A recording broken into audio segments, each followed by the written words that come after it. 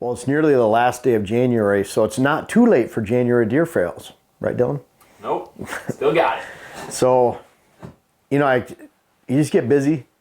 Dylan and I had to shoot, I think it was 13 videos before I left for my recent client trip and went to the Archery Trade Association. Then I had 10 clients in 12 days down in Ohio. So it was 17 days on the road. We had to shoot a lot of videos to get those out over that time period. And I just forgot this one that we have every month. It's typically a subscriber favorite. So sorry to put that out there, but I hope you can still appreciate it. And this applies to this, you know, a lot of these apply to this general timing too of whether it's end of January, February, and we'll come up, of course, a different list for February. But, you know, I come up with these fails.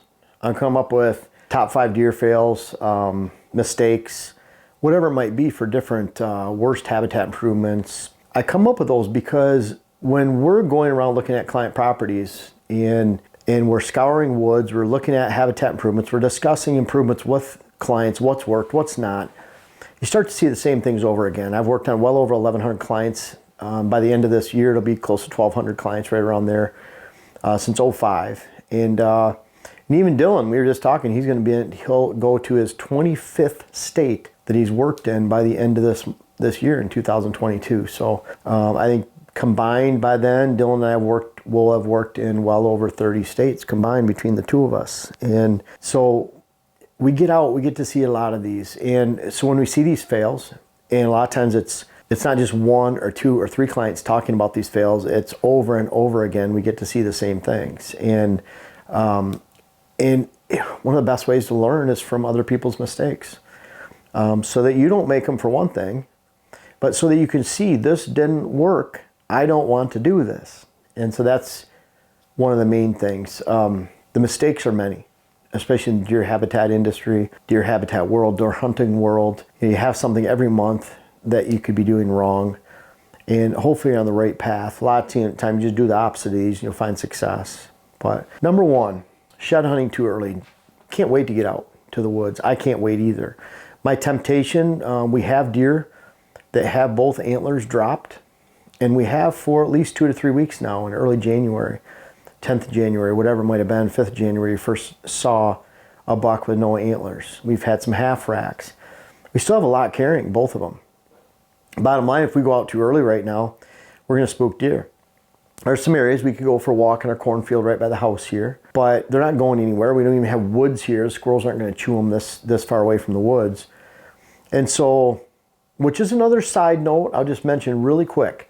When it comes to corn, you get that corn away from the woods, it gets it away from the squirrels, critters. It's just something I'm seeing that I'm realizing from my own property as it relates to corn, that if you have long edging, you put long linear corn plots next to that food, next to that woods, then it doesn't take much for critters to go right out into that cover, get back and forth. A lot of those critters will be eaten by birds of prey or other predators. The further you put that corn away from the woods, the more chance you have of less corn making it. Just a quick observation of failures that I've made in the past and continue to improve on. But real quick here, shed hunting too early. You go out there, the bucks that are still holding, they leave for 3-4 weeks. They go find another food source a mile away, mile and a half away, stay because no one pushes them. So there's a lot of chance of losing future sheds if you're going out too early. I know in some places it seems like a shed hits the ground, the squirrel eats it in 2 days. But when it's this cold, we have this much snow, typically you aren't at risk for losing too much of that antler too quickly when it comes to squirrels. So I think if people are pounding their property over and over again looking for sheds, you're going to lose a lot of antlers that you could have otherwise found. And we have some great winter food sources here, so we're looking right now because we expect the deer to stay here. If the deer are leaving in your area quickly, they're gone already, well, by all means go out and look for them. You're not going to hurt anything. Another thing too, if the deer are here, last thing I want to do right now is go out and push them around, spook them, make them lose energy, especially in some of the northern areas where they need to conserve that energy all winter for winter survival. At the same time, I think there's a balance. I go out and chainsaw right now, cut trees down. The amount of food and browsing I'm putting in the woods by those tender tops and buds probably offsets the amount of energy it takes for me to push those deer and have them come back. So that's something to consider too. When it comes to shed hunting, you can go too early, and it can not only mean that you're going to find fewer antlers, but you're also pushing deer and burning some energy too. So our sweet spot around here is, I wouldn't want to go out before the end of February, right around there, and then certainly into March. We still have deer holding. We routinely get pictures of even 2 or 3-year-old bucks. People say it's only the older bucks that drop first. We have some older bucks still holding right now. 7-4, he's probably a 5-year-old. He's still holding. Could be even a 6-year-old. Jam 4, we saw him recently. He's a big, probably 6-year-old buck. Another one, Crab 10, he's still holding both his antlers. Those are all 4-year-old bucks plus. But it's interesting, you get into April and you'll see a 2 or 3-year-old buck still holding. So there's still bucks that'll hold even into early April, and we see that. So I like that sweet spot of end of January, early March, right around there to go find some sheds. We'll have a lot then, and we're not spooking deer off that probably have and are still holding. I would say early March would be that perfect time frame if I had to look at it. Maybe that's a time when there's a lot less snow too. Number 2, shattered hinge cuts. Those of you making hinge cuts and cuttings. If you're making a complete cut on a tree, you're just dropping the tree. You can go out, cut anytime you want. It doesn't really matter. In fact, I encourage you to cut early and often. If you're not spooking away deer, you track deer, whatever. If you have areas that need to be cut, you can cut early and often. However, if you're hinge cutting, when the temperatures are below freezing for days and days at a time, think about that sap in that tree as being water. It freezes, you cut that tree, it's not sticky, it's not holding that tree together, it shatters, it falls down, and the hinge cut breaks. Pretty easy to do. On the other hand, if you're skilled with a chainsaw, the tree has the right lean, you could drop a larger tree on a smaller tree. You cut the tree in front a little bit lower, you cut the tree in the back a little bit higher. This tree has a partial cut on it, this one has more of a cut, but they both fall down together slowly. So there's ways you can cut trees, but a lot of times people don't have that perfect scenario.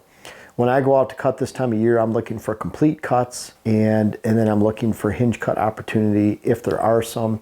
But at the same time, I'm being mindful for those hinge cuts with how cold it is. When the temperatures are above freezing, and they're above freezing for several days in a row, then that sap is flowing. It's a good time to cut. That's why people are collecting syrup more in March, when the sap is actually flowing. And that tree is actually, there's some movement inside that tree. Great time to do so at that time. I actually, cutting right now, I'd rather cut right now than that end of February, March sweet spot for shed dropping.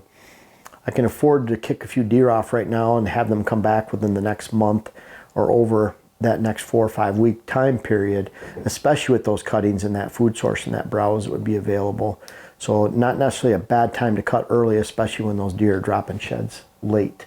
Number 3, this is a hunting one, and it's all about ignoring food sources and bedding areas at the moment, at this time. This time, which is like 1 day left of season for some of you. Yes. So, yeah, I should have. So looking back, these deer fails really should come out the beginning of the month because we do a lot of hunting failures. So thanks for pointing that out, Dylan. But this is a little late. And I did put that in there, sorry, late, and the little frowny face. So got that covered kind of. But bottom line is a lot of people are hunting late season, and they're hunting those same areas that they would during the rut. And this is a good time to learn, because a lot of times where the deer are at during the rut, during October, during early December, they're not in those same places now. Now we have quality food that lasts for the majority of the hunting season all the way past into the winter. So the deer a lot of times establish their same patterns. We even actually collect more deer during this time when you have food and you have some of the only food around. There's a lot of times where people are just hammering home they have to go out and hunt those same spots, those same stands, when really it's not that the hunting is bad right now. It's just the hunting is very select when it comes to the potential of finding a good spot that's collecting a lot of deer, because the habitat that they're gravitating to and attracted to right now is very limited. So you find that they're herded up, they're in certain areas. You're not seeing a lot of deer, a lot of tracks, a lot of sign, then you probably should be hunting somewhere else. So really good time to be very mobile and just scout a little bit, because once you find all those tracks and all that sign of feeding, then you found a good place to hunt. Make sure it's fresh sign, because they can move in a moment if that food or cover runs out. Number 4, not scouting right now.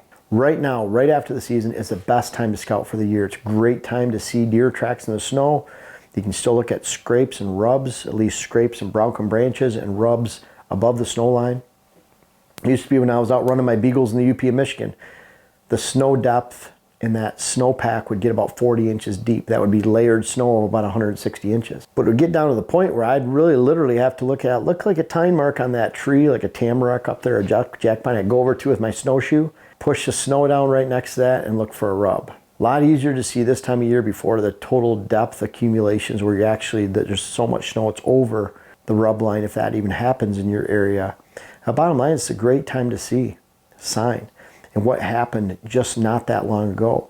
When you start looking at February and you look at March, most of the time, even where you're finding sheds, that's not reflective of where they're at in fall. In fact, a lot of times I found that bucks gravitate to their summer hangouts or spring hangouts during February and March, and especially the later it goes into the wintertime, as opposed to their hunting season area. And for mature bucks, that distance could be about 1.5 miles on average from where they're at during the fall versus where they're at during the summer.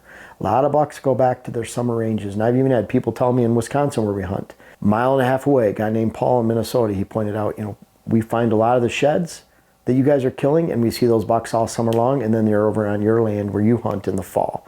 Folks, that's what you want. You want fall food, you want fall cover. You don't want the bucks during their summer, because it's not reflective of where they're at there in the fall. When you look at February, March, you can just about say the same thing. So scouting as soon as you can after the season ends is the best time to scout all year. Number 5, lack of 2022 plan of attack. Why is that critical? Because there's a lot that you can do each month. We talk about our monthly deer chore list. There's a lot that you can do every single month, a lot that we're doing in the woods. And so you want to stay on track, because a lot of times it's not like you make up that time in June. You just say, okay, I'm going to do everything I could have done in January, February, March, April, May in June. Unfortunately, it doesn't work that way. I don't have that much time. I have to keep at this. If I don't do something that I should have in January, February, March, I don't typically get it done in July, August, September. It just doesn't get done because there's too many other things going on. So I find if you chip away at consistently just a little amount of time that your family probably doesn't even notice you being gone if you want to go out by yourself and do this, let alone if you want your family with you, you're not consistently do this as your only chore and activity when it comes to August, September, and October, because you've been on track. You had a 2022 plan of attack. And where does that plan of attack come from? How do you develop that? It developed from number 6. That's why these two go together. Not being critical of your results last fall. Try to never blame someone else. Don't blame it on a neighbor. Don't blame it on the DNR. If you don't have good results, blame it on yourself, because there's so much more you can do. If you don't have a lot of deer, how much food, how much cover do you have during the fall? How many does did you shoot? Did you pressure does? I hear people shooting does all the time. I know someone in Michigan has about 300, 400 acres. They're shooting does consistently all season long, yet hardly ever shoot a mature buck. What a waste of 300 or 400 acres. They have summer food. They have summer cover. They have lots of does and fawns. They remain in the fall. They have an overpopulation problem. They shoot a bunch of deer. They never really build a quality herd. They've just built a quality doe herd. That's not a quality deer herd. That's a quality doe herd, but people have to be critical. If you shoot too many does, you don't have a lot of deer. Don't blame it on DNR. Blame it on yourself for using the tags that you had. You can observe these things on your land. Pretty easy to do. In extreme case, UP of Michigan, there's areas where there's 3 deer per square mile or less. Up on the Lake Superior shoreline, big areas north of Munising, even in the Houghton Hancock area up in the Keweenaw Peninsula. There's a lot of areas that don't have a lot of deer. So if you go up there and use your bow tag on a doe, which a lot of people do, and you shoot 2, because you have a camp and you think, well, we'll shoot a couple does. What's the difference? We're not seeing a lot of bucks. Well, don't be surprised if you don't have any deer for a few years, because you just shot 2/3 or maybe all of the does in your area. And until another area gets overpopulated, you're not going to have new ones roll in. And that's the problem with some of the big winter kills that we had in the 80s and 90s up there, is that once those deer are gone, you don't have overpopulation somewhere else to move in. Again, don't blame the DNR, because you used a tag that you should have been able to look at and say, maybe I shouldn't use this tag. There's a lot of personal responsibility. There's a lot of blame that goes around. People blame other people. Now, if your neighbors are driving ATVs around, spooking deer, and shooting everything that moves, count yourself lucky, because typically those type of neighbors never shoot a big buck. They never shoot the oldest bucks in the neighborhood. You want that neighbor next to you. That's not a bad neighbor. As long as they're not trespassing, let them have their fun, drive their ATVs around, no big deal. But don't use it as an excuse for why your land's not doing better. Develop a plan of attack. Be real critical. One of the ways it'll be critical is watch your trail cameras. So you have good trail cameras. It's getting down to October 10th. You have your first bow hunting weekend. You hunt and all of a sudden, for the next 2 weeks, you don't have good pictures. Was it because the deer just magically disappeared on the 10th of October, right similarly, coincidentally, right at the same time that you hunted? Or did your applied hunting pressure, is it not managed enough on your land to have a low impact on the overall deer numbers and deer hunt on your land? It's one way to be very critical. What happens after you leave, after you've been there, after you've hunted? What happens to the deer herd? So be very critical of yourself. That'll help you develop a 2022 plan of attack, and it'll help you avoid some of these pitfalls right here that are taking place in January, let alone the ones we're coming up with February. Stay on track. Avoid the failures that Dylan and I see around the country. We have a new habitat specialist working with us, retired MLB catcher Kevin Smith. He'll be joining us pretty soon here to work on clients, either flying to clients or working more in the Ohio, Pennsylvania area. Dylan and I are still going to Ohio, Pennsylvania. Dylan goes a lot in Pennsylvania. Didn't you tell me you have a 13-day trip in Pennsylvania coming up? I think I'm going to end up spending like 22, 23 days in Pennsylvania this year. Yeah, it's a lot. That's like my Ohio. I've been there for 12 days in Ohio so far this year. I'll be back in September. Normally I'm there 3 months. I'm just going 2 months this year, but that's a lot in Pennsylvania, Dylan. And unfortunately, I like it there though. I know it's nice people. I know you have some. They probably wouldn't mind me mentioning their last name, but yeah. You have a group of guys, the Peachies, and they. Peachies treat me well. They Yeah. keep me very busy. And the Peachies out there, Dylan's not just saying to you that he's having a good time with you. He tells me he can't wait to go back and see you and spend time with you. So he's having a good time with you guys out there. And those are largely referrals because they like working with Dylan and they have a community out there that Dylan's working in. But bottom line, we consistently see these same failures and we like bringing them to you because it helps you learn. And of course, it's helped us learn in the first place so that we can have an accurate prescription for success in developing your plan. And whether you hire us or not, buy a book or a web class, at least you can watch these YouTube videos that are free. And even if you want to go check out all the articles on my site, I have over 600 articles that I've written.